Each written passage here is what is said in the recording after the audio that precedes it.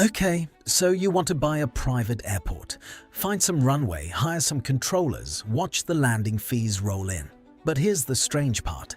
An airport is the only business in the world where you can charge a plane $8,000 just to land and still somehow be losing money by Tuesday. By the end of this video, you'll know exactly how that's possible, how private airports actually make money on the inside, why most of the revenue has nothing to do with planes, and why the smartest infrastructure investors on the planet keep betting billions on a business the government has been running for a century. Private airports, meaning airports that are privately owned or operated rather than run directly by the government, come in three shapes. And they are three completely different businesses. At the bottom is the general aviation airfield, a simple strip, maybe 3,000 feet of asphalt, a single hangar, and a fuel pump in the middle of nowhere. These sell for anywhere from a couple $100,000 to about $3 million depending on land size and location. For that money, you get Cessnas, crop dusters, and the occasional weekend pilot who needed somewhere to put his Cirrus. Not glamorous, recession-resistant, the most boring business in aviation. The middle tier is the regional commercial airport. Think a mid-sized city: Chattanooga, Palm Springs, Bozeman. These cost $50 million to $500 million, depending on whether you're buying into an existing operation or building new terminals. You get airline service, a couple of gate lounges, a Chili's too, and about 2 million passengers a year who'd rather not drive 4 hours to the nearest hub. This is where most privatization action is happening right now. And then there's the top tier, the privatized hub: London Gatwick, Brussels Airport, Athens International, Brisbane. These are airports handling 20 to 50 million passengers a year, and they get sold for anywhere from $1 billion to over $16 billion. In 2021, when global infrastructure partners Blackstone and Cascade Investment, the vehicle controlled by Bill Gates, completed their joint acquisition of Signature Aviation, the world's largest fixed-base operator network, they paid $4.6 billion. For a company that essentially runs the private terminals inside other airports. That number tells you everything about how seriously serious money takes this business. Before you see $1 of revenue, you have to survive the regulatory layer.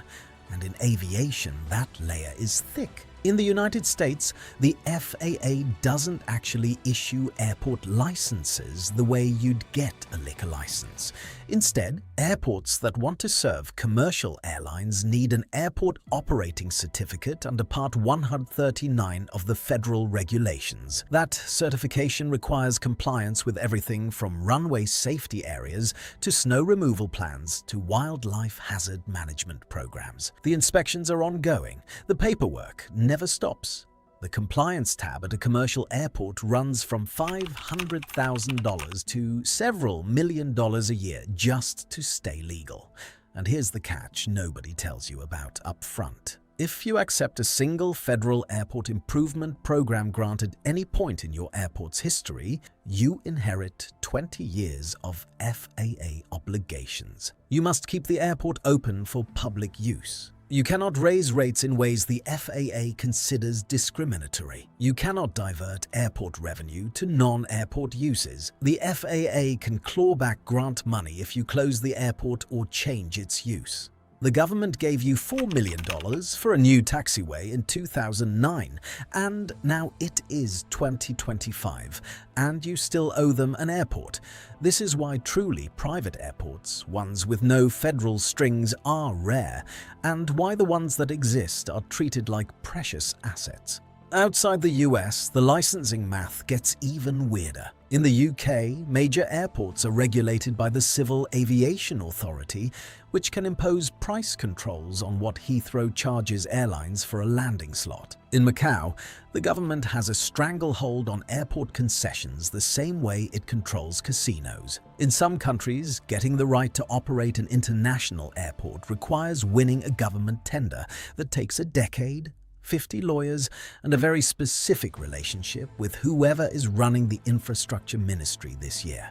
If the casino license is a lottery ticket, the airport concession is a government contract negotiated in 3 languages with no guarantee of renewal.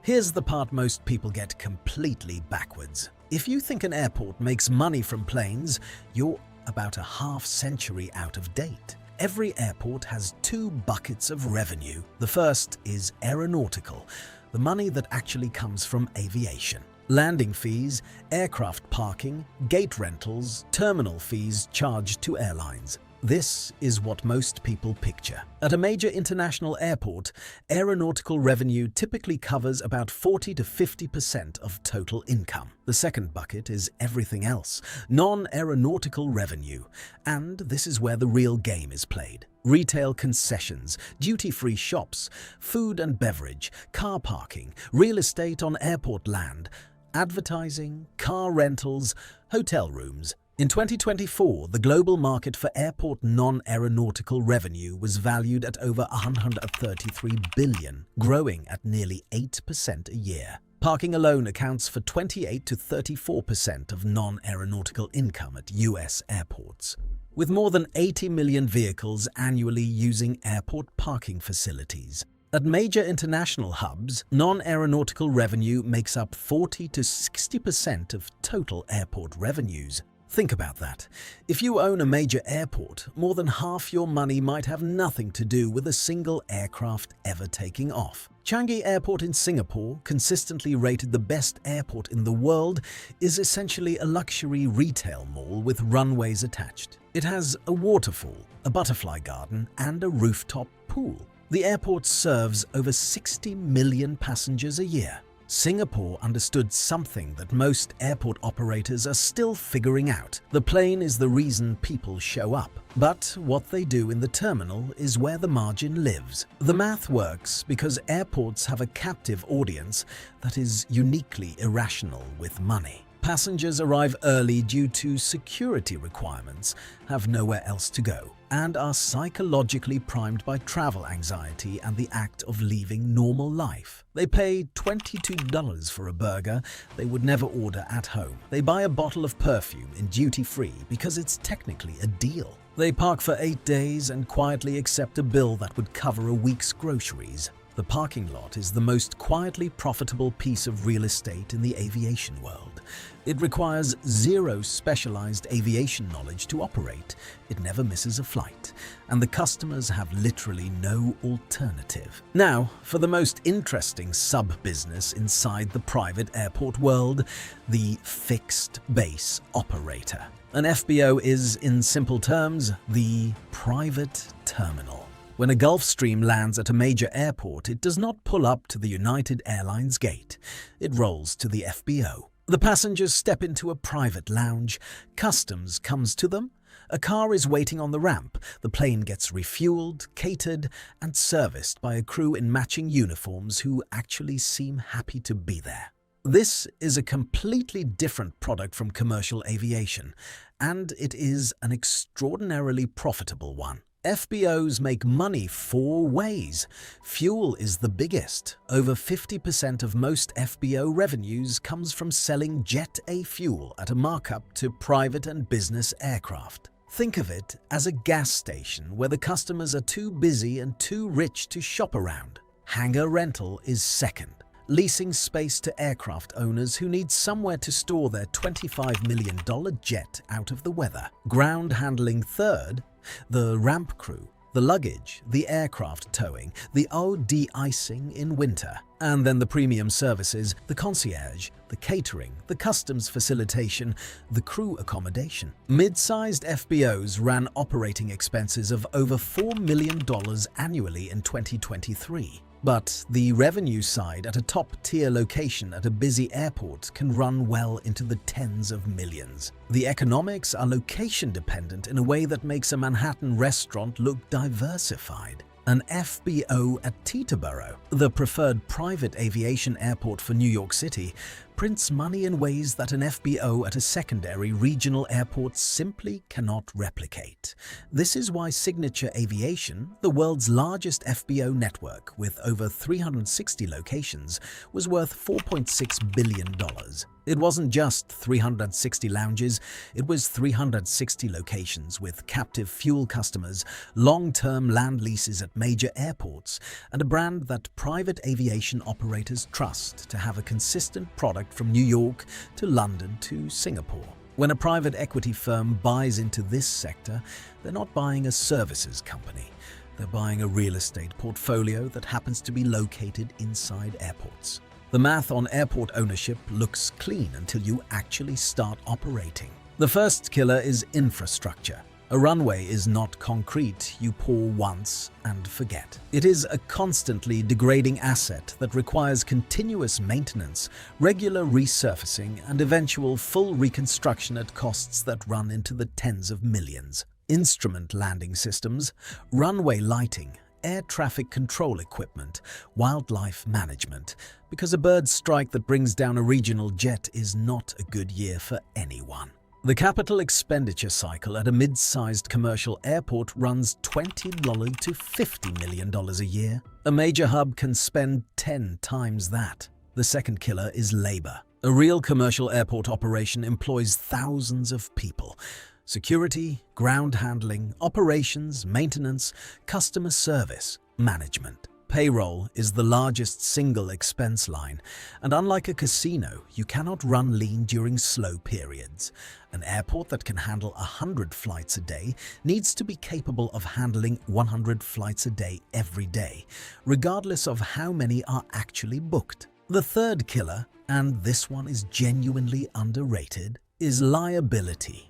Aviation law is uniquely punishing. A commercial airport that has a runway incursion, a ground collision, or any incident involving an aircraft can face federal investigations, lawsuits from multiple jurisdictions, and insurance claims that take years to resolve. The liability insurance premiums for a Part 139 commercial airport are a significant line item, and that's before anything actually goes wrong. The fourth killer is geopolitics dressed up as airline relations. Your two biggest airline tenants decide to hub operations 3 states over. Your anchor carrier gets acquired, and the new parent company reroutes the profitable transcons to its other hub. You go from 4 million annual passengers to 2 million in 18 months, and every single piece of your commercial, retail, and parking revenue cuts in half with it. A casino can't lose its customers overnight. An airport can. Two mistakes show up over and over again in every notable airport ownership failure. Mistake 1 is the same as it is in casinos: catastrophic debt. When a private developer finances an airport acquisition or construction with high-yield debt, which is the only financing available for greenfield airport projects without government backing, they need the airport to produce revenue from almost day one. Airports take years to build passenger volume. Airlines need time to develop routes. Passengers need time to change travel habits. The debt service clock has no patience for any of that. The Stephenville Airport in Newfoundland was sold to a private operator for essentially $690 plus the assumption of existing debts, an airport that cost millions to build, available for less than the price of lunch. Because the combination of required capital expenditure and insufficient traffic made the numbers impossible. Mistake 2 is misreading what the market actually wants. An airport is not primarily an aviation asset.